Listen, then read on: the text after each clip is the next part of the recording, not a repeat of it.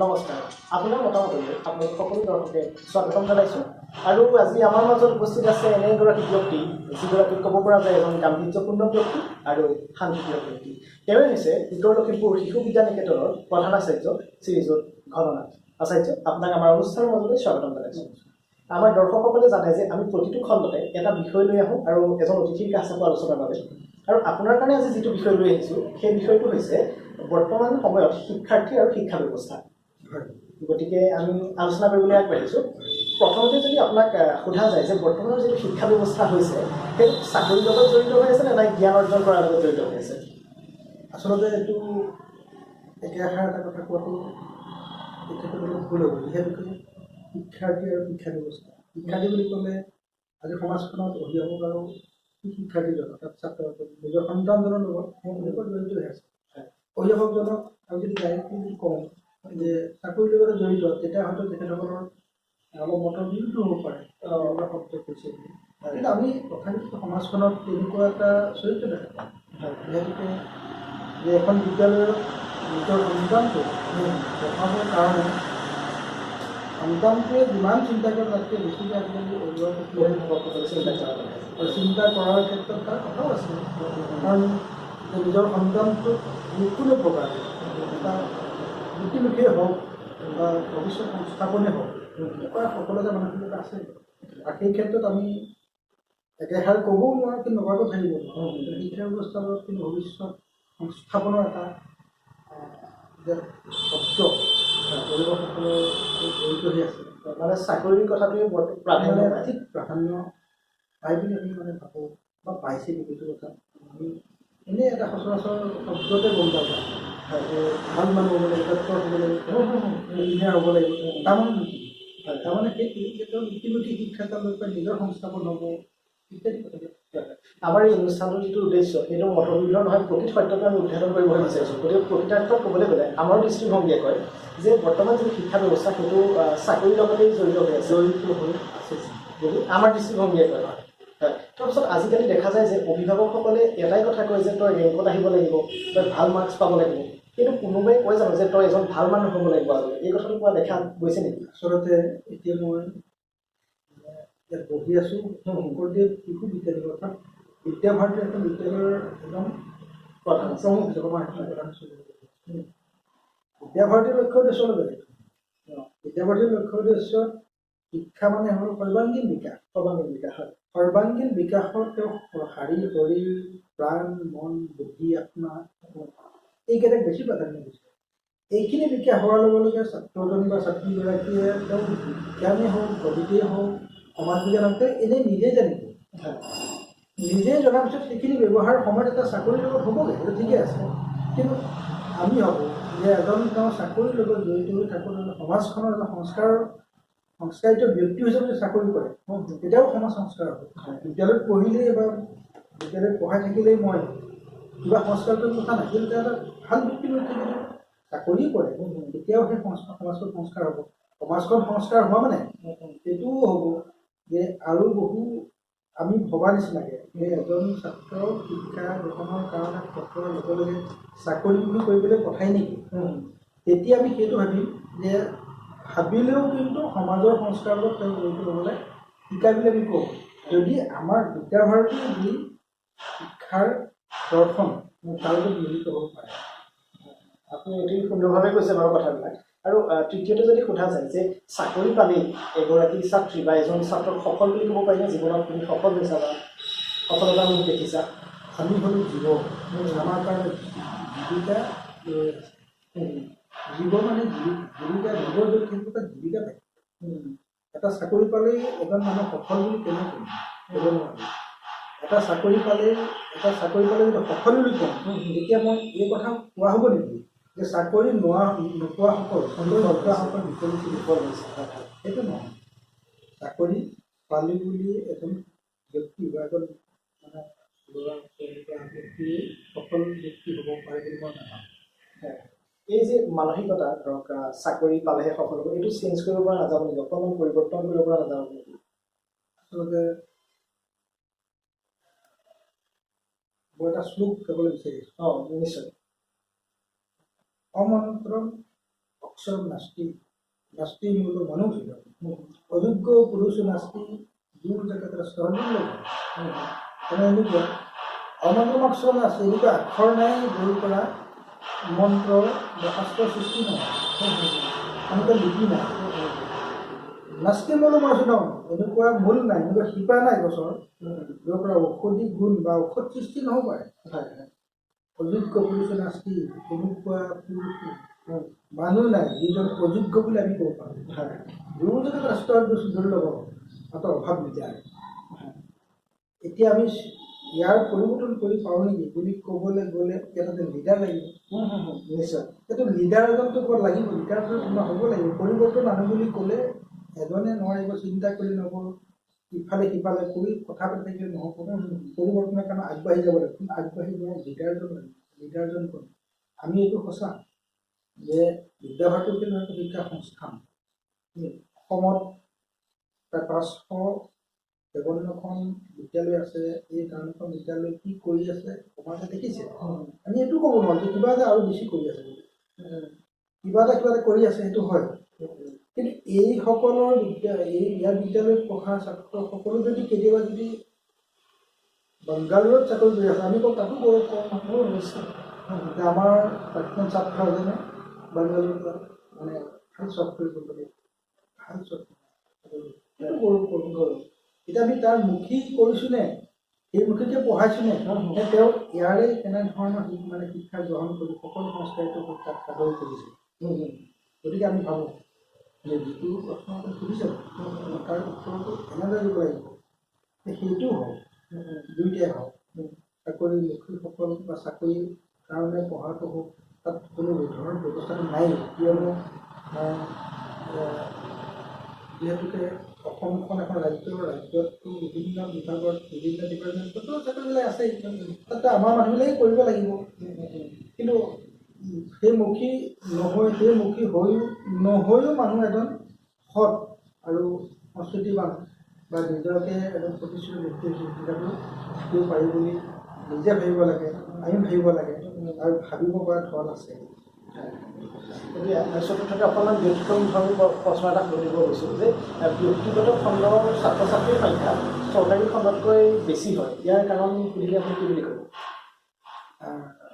উত্তৰটো মোৰ ফালৰ পৰা আচলতে দিব পৰা নহ'লে ভাল আছিল তথাপি মানে মই ব্যক্তিগত খণ্ডৰ বিদ্যালয় আছে মই এখন শিক্ষক নহয় মই ৰাজহুৱা খণ্ড বিদ্যাভাৰতী অখিল ভাৰতীয় শিক্ষা সংস্থান ব্যক্তিগত খণ্ডৰ বিদ্যালয় আমাৰখন নহয় কিন্তু বিদ্যালয় ব্যক্তিগত খণ্ডৰ বিদ্যালয় বুলি আমাক বহুতে ভাবিব আৰু যিহেতু আমি চৰকাৰী খণ্ড আমাৰ ইয়াত ছাত্ৰ ছাত্ৰীৰ সংখ্যা বেছি আমাৰ হেজাৰেই আছে ইমানখিনি ছাত্ৰ ছাত্ৰীৰ সংখ্যা সাধাৰণতে খুব কমহে চৰকাৰী বিদ্যালয়ত থাকে আমাৰ বিদ্যালয়ত বা ব্যক্তিগত খণ্ডৰ বিদ্যালয়ত ছাত্ৰ ছাত্ৰী কিয় বেছি হৈছে ই আচলতে এটা জনমানুষত গঢ়ি উঠা এটা সমাজ ব্যৱস্থাও আজিকালি যিহেতুকে আমি এতিয়া আমাৰতো পাঠদানবিলাক নিয়মিতভাৱে হয় আমাৰ পাঠদানৰ লগত মানে আমাৰ যিকেইটা শিক্ষক মানে আচাৰ্য থাকে আচাৰ্য বুলি কওঁ তেখেতসকল খুব বেছিকৈ জড়িত থাকে অন্যহাতে ঘৰুৱাভাৱে তেখেতসকলক যত্ন কিছু ল'বলৈ বিচাৰে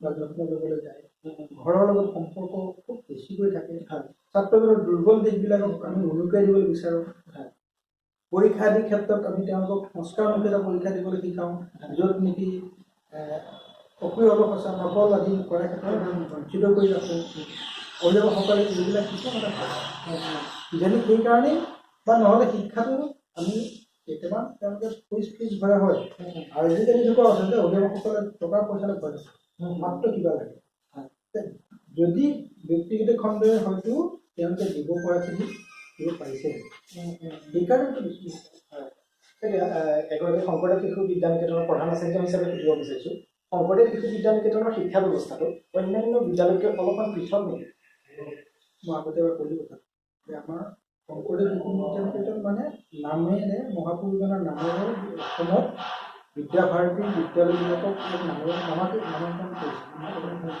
নাম দিছে হয় এনেইতো অসমৰ বাহিৰততো বেলেগ বেলেগ নাম সৰস্বতী বিদ্যাপীঠ শাৰদা বিদ্যাপীঠ সেইটো বহুত নাম আছে আমাৰ যিটো শংকৰদেৱ বিদ্যালয় ক্ষেত্ৰত কি আছিলে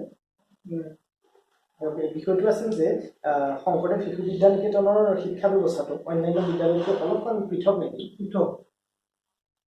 মই আগতে ক'লো যে বিদ্যাভাৰতীৰ দৰ্শনটো হ'ল কোনো ছাত্ৰ ছাত্ৰীৰ শিশুৰ সৰ্বাংগীন বিকাশ। সৰ্বাংগীন বিকাশক আমি ডালপাত যদি নাম নকওঁ, ডালৰ নাম নকওঁ, ওপৰৰ নাম নকওঁ, তেতিয়া আমি এটা ক'ব লাগিব সৰ্বাংগীন বিকাশ। যদি সেইখিনি ক'বলৈ যাওঁ তেতিয়াহ'লে ক'ব লাগিব শৰীৰৰ এটা শাৰীৰিক বিকাশ, শাৰীৰিক শিক্ষা দিয়া, যোগ অৰ্থাৎ প্ৰাণৰ বিকাশৰ শিক্ষা দিয়া। ইয়াত মনৰ শিক্ষা আছে, অৰ্থাৎ সংগীত শিক্ষা আমি ইয়াত দিয়া হয়। সংগীতৰ জৰিয়তে মনক অকণমান বিকাশ, বুদ্ধিৰ অৰ্থাৎ বৌদ্ধিক বুদ্ধিৰ বিকাশৰ আমি শিক্ষা দিওঁ, য'ত নেকি বিজ্ঞানৰ শিক্ষাই বুদ্ধিৰ বিকাশত সহায় কৰে। প্ৰপাৰকৈ আমি শিক্ষা দিব লাগিব শিক্ষা। আৰু ইয়াৰ আত্মাৰ শিক্ষা অৰ্থাৎ য'ত নৈতিক আৰু আধ্যাত্মিক শিক্ষা ইয়াত দিয়া হয়। শাৰীৰিক শিক্ষা দিয়া হয়, যোগৰ শিক্ষা দিয়া হয়, সংগীতৰ শিক্ষা দিয়া হয়, সংস্কৃত শিক্ষা দিয়া হয়, আৰু নৈতিক আৰু আধ্যাত্মিক এই 5টা শিক্ষা ইয়াত দিয়া হয়। এই 5টা শিক্ষা আমাৰ ৰুটিনৰ এটা শিক্ষা। প্ৰতিদিনে ছাত্ৰ ছাত্ৰীয়ে মানে বয়সৰ অনুপাতে বিভিন্ন ধৰণৰ এই শিক্ষাখিনি পায়। আমি সেইকাৰণে অন্য বিদ্যালয়ৰ আমি আমাৰ বিদ্যালয়ৰ এই শিক্ষাটো বেলেগ গুৰুত্ব পাওঁ। যিহেতুকে বিদ্যাভাৰতী এইটো কোনো বাধ্যতা নকৰে, এইটো আধাৰভূত শিক্ষা বুলি কৈছে। আধাৰভূত শিক্ষা বুলি এইকাৰণে কৈছে, আধাৰ মানে আমাৰ এই ঘৰটো ৰং তেল কিমান কি দিয়া আছে আমি এইটো চোৱা নাযায়। ইয়াত ফাউণ্ডেশ্যন কিমান এই শিক্ষাটো আগতে দি লওঁ, দিয়াৰ পিছত ছাত্ৰজনে বা ভৱিষ্যতে এই ঘৰটো নিজেই ৰং তেল দিব পাৰে। ইয়াত চেঞ্জো কৰিছে, কিন্তু আধাৰটোতো চেঞ্জ কৰিব পৰা নাই। গতিকে আমি সেই পুথিটোৰ তলৰখিনি আমি তাক দিবলৈ চেষ্টা কৰোঁ বা দিওঁ। শৰীৰ, প্ৰাণ, মন, বুদ্ধি, আত্মা এইবিলাক বিকাশ হ'লে ছাত্ৰজন ভৱিষ্যতে যেনেধৰণৰ তাক লৈ যায় তেনে সুপথেদি গৈছে বুলি আমাৰ বিশ্বাস। আৰু গোটেইভাগে এইটোৱে কৈছে, সেইকাৰণে আমি আন বিদ্যালয়তকৈ আমাৰ বিদ্যালয়ত অৰ্থাৎ শংকৰদেৱ শিশু আৰু বিদ্যা নিকেতনবিলাকৰ শিক্ষা আমি বেলেগ ক'ব পাৰোঁ, আৰু আমি নিশ্চয় দৰ্শকসকলে বুজি পাব, অতি সুন্দৰভাৱে কৈছে। আৰু শেষৰ প্ৰশ্নটো আপোনাক সুধিব বিচাৰিছোঁ, এজন বিদ্যালয় প্ৰমুখ হিচাপে বৰ্তমান ছাত্ৰ সমাজলৈ আপোনাৰ বাণী কি হ'ব? বৰ্তমান ছাত্ৰ সমাজ মই দৃষ্টিৰে চাওঁ, সকলো দেখোন ঠিকেই আছে, সকলো ঠিকেই আছে। ছাত্ৰজন কেৱল অকলে নহয়, বিদ্যালয় আছে, শিক্ষকসকল আছে, অভিভাৱক আছে, অভিভাৱকসকল আছে, হিতাকাংক্ষীসকল আছে, তেওঁলোকৰ পৰিয়ালৰ গোটেই সমস্ত দায়িত্ব লৈ থকা ব্যক্তিসকল আছে। এই ক্ষেত্ৰত ছাত্ৰ ছাত্ৰীসকল তেওঁলোকৰ ঠিকেই গৈ থাকিব, কিন্তু মানসিকতাৰ কিছু পৰিৱৰ্তন কৰিবলগীয়া আছে। মই আজি সুযোগত আপোনালোকৰ ব্যৱস্থাৰে আগবাঢ়ি আহিলে মই ধন্যবাদ জনাইছোঁ। মই এই মাধ্যমেৰে আমাৰ ছাত্ৰ ছাত্ৰীসকলক ক'বলৈ বিচাৰিছোঁ যে সাধাৰণতে কৈ থাকে যে এই ল'ৰাটো এই ছোৱালীজনী ভাল দিশবিলাক খুব কমেই কয়, বেয়া দিশবিলাকে খুব বেছি কয়। হয়, মই ভাবোঁ যে সেই ভাল দিশবিলাকে গ্ৰহণ কৰি সুস্থ মানসিকতাৰ আগবাঢ়ি বিশৃংখল সমাজখনক উচ্ছৃংখল ৰূপত ৰাখি কোনো দিন যাতে ছাত্ৰ সমাজৰ কোনো দিন কেতিয়াও বেয়া দিশবিলাক কোনো দেখে দেখা নোপোৱাটো আমি সুন্দৰভাৱে ছাত্ৰ হিচাপে ছাত্ৰী হিচাপে আগবাঢ়ি যাব পাৰোঁ। সমাজৰ ভৱিষ্যত, দেশৰ ভৱিষ্যত, মই ভাবোঁ যে আজিৰ পুৰুষ, আজিৰ ছাত্ৰ, আজিৰ শিশু কালিলৈ ভৱিষ্যতৰ বা কালিলৈ দেশৰ নাগৰিক বুলি ক'ব নোৱাৰোঁ। মই এইটো ক'বলৈ বিচাৰিছোঁ যে আজিৰ শিশু বা আজিৰ ছাত্ৰ আজিৰ দেশৰ নাগৰিক, আজিৰ দেশৰ নাগৰিক হিচাপে সি এখন দাপোনত নিজকে চাই যে আজিৰ পৰা আগবাঢ়িছে।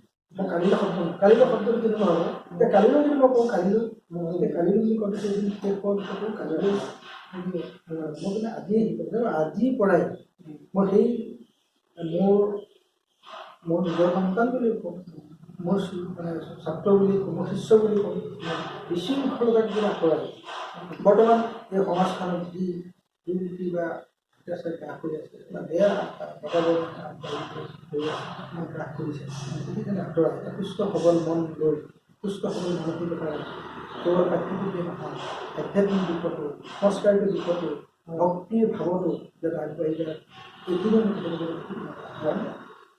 আপুনি অতি সুন্দৰভাৱে আপোনাৰ মনোভাৱ প্ৰকাশ কৰিছে আৰু এয়া আছিল শংকৰদেৱ শিশু বিদ্যা নিকেতন লখিমপুৰৰ প্ৰধান আচাৰ্য আৰু অহাটো খণ্ডত আপোনালোকে আমাক লগ পাব এটা নতুন বিষয় আৰু এগৰাকী নতুন অতিথিৰ সৈতে গতিকে আমাক অনুপ্ৰেৰণা যোগাবৰ বাবে আমাৰ চেনেলটো লাইক কৰিব শ্বেয়াৰ কৰিব ছাবস্ক্ৰাইব কৰিব আৰু লগতে বেল আইকন প্ৰেছ কৰিবলৈ নাপাহৰিব আজিলৈ আহিছোঁ ধন্যবাদ Thank you for watching and subscribe our channel and don't forget to press the bell icon.